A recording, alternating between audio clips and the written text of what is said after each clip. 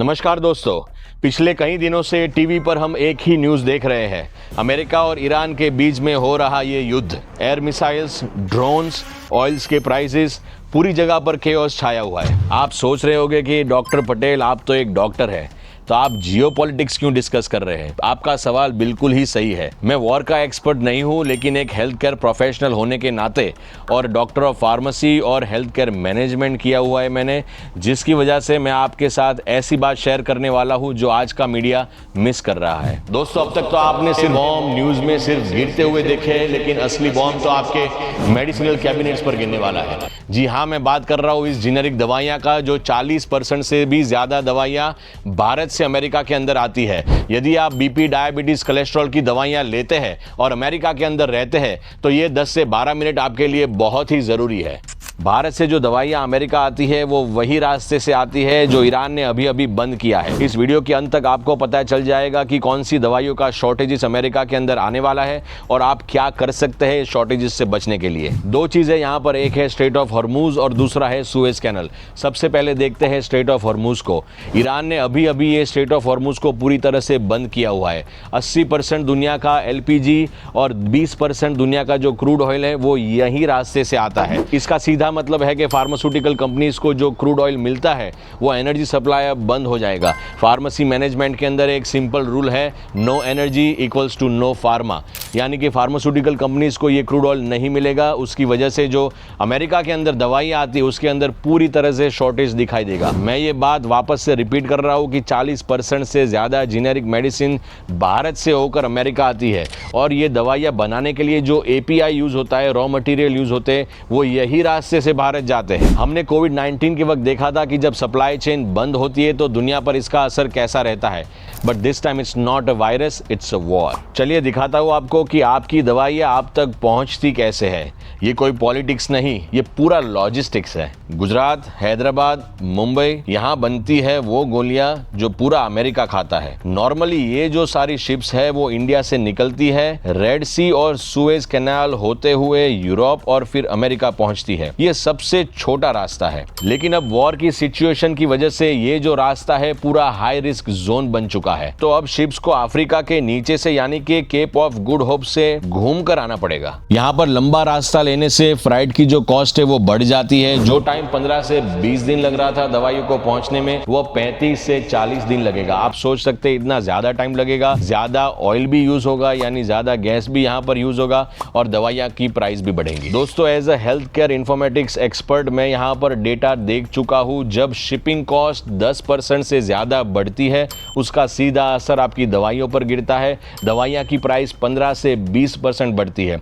हम अमेरिका के अंदर जनरली मेडिकेशन इंश्योरेंस पर डिपेंडेंट करते हैं, लेकिन अब जब दवाइयाँ का प्राइस बढ़ेगा तब ये इंश्योरेंस कंपनीज क्या करेंगी वो मुझे नहीं पता। और दोस्तों, यहाँ पर हिस्ट्री गवाह है, जब कोई ऐसी बड़ी ग्लोबल क्राइसिस आती है तो उसका सीधा असर सप्लाई चेन पर पड़ता है। ये हमने कोविड-19 के अंदर देख लिया है। तो ये वॉर की सिचुएशन के अंदर जहाँ पर जब ग्लोबल क्राइसिस आई है तो दवाइयाँ के प्राइसेस बढ़ने वाले हैं, और अमेरिका के अंदर फार्मेसियों में शॉर्टेजेस ऑफ मेडिसिन के बोर्ड लगने वाले हैं। और अमेरिका की एक खास बात बता दूं आपको कि यहाँ पर जो दवाइयाँ होती है, यहाँ की जो फार्मेसी होती है, वो just in time inventory management पर चलती है। उसका मीनिंग जितनी दवाई आपको चाहिए उतनी ही ऑर्डर करती है। यदि 2 वीक से ज़्यादा ये सप्लाई चेन रुकी तो यहाँ पर शॉर्टेजेस पूरी तरह से आपको दिखने वाले हैं। जो मेरे प्रिडिक्शन के अनुसार 1 या 2 महीने के अंदर आपको मेडिसिन के शॉर्टेजेस दिख सकते हैं। तो अब आते हैं मुद्दे पर।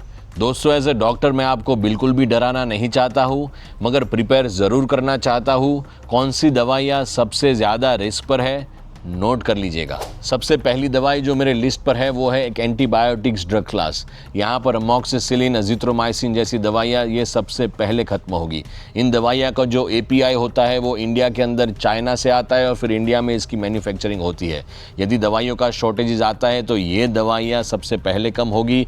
आप सोचिए कि इफ़ वॉर सिचुएशन के अंदर यदि आपके बेटे को ईयर या थ्रोट का इन्फेक्शन होता है और आप दवाइयाँ नहीं ले पाते, फार्मेसी में यदि इसकी शॉर्टेजेस आती है, तो इसकी सिचुएशन यानी इसका रिजल्ट आपकी फैमिली के ऊपर क्या पड़ सकता है।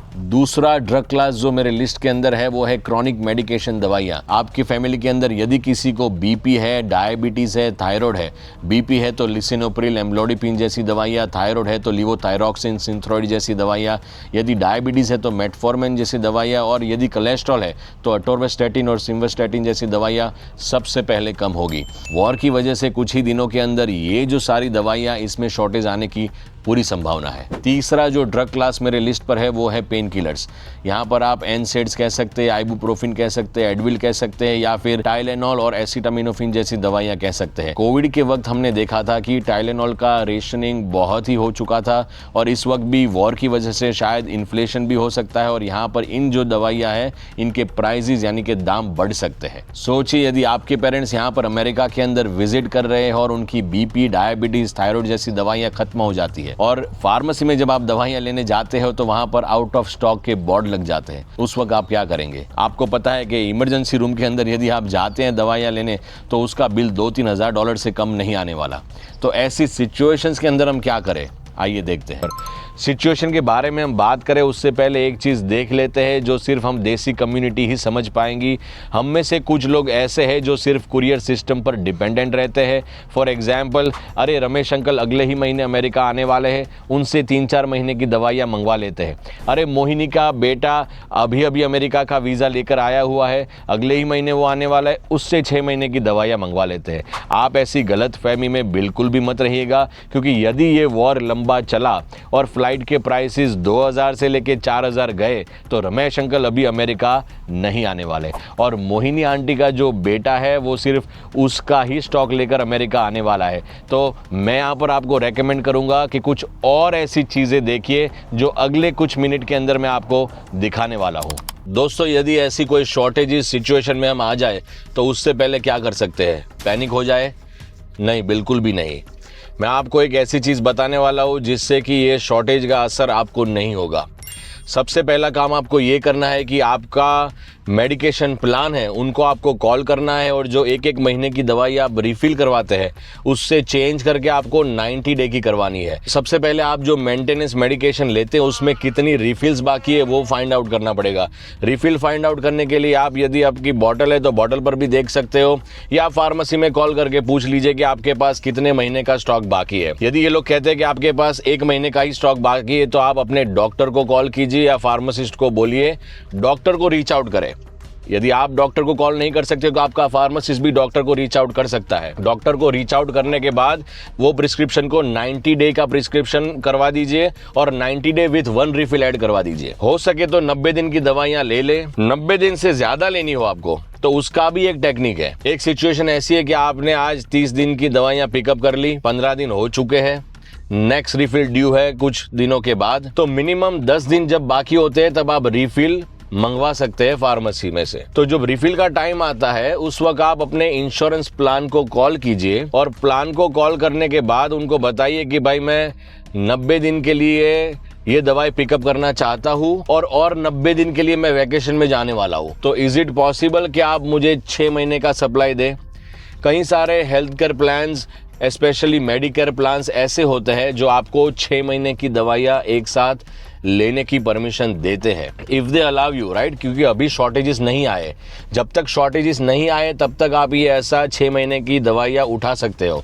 जैसे ही शॉर्टेजेस आना शुरू हो जाएंगे तब ये लोग 6 महीने का बंद कर देंगे और आपको सिर्फ मैक्सिमम 3 महीने का देंगे। तो इसका फायदा उठा सकते हैं। अभी call your pharmacist today, find out कि कितने रिफिल्स बाकी है। यदि 90 दिन का प्रिस्क्रिप्शन बाकी है तो फिल करके उसे भर के स्टॉक कर दीजिए। नया ही लेना है आपको तो 6 महीने का उठा लीजिए, प्लान अप्रूव करता है तो, जिसकी वजह से ये वॉर की सिचुएशन भी आपकी निकल जाएगी और आप ड्रग शॉर्टेजेस का हिस्सा भी नहीं बन पाएंगे।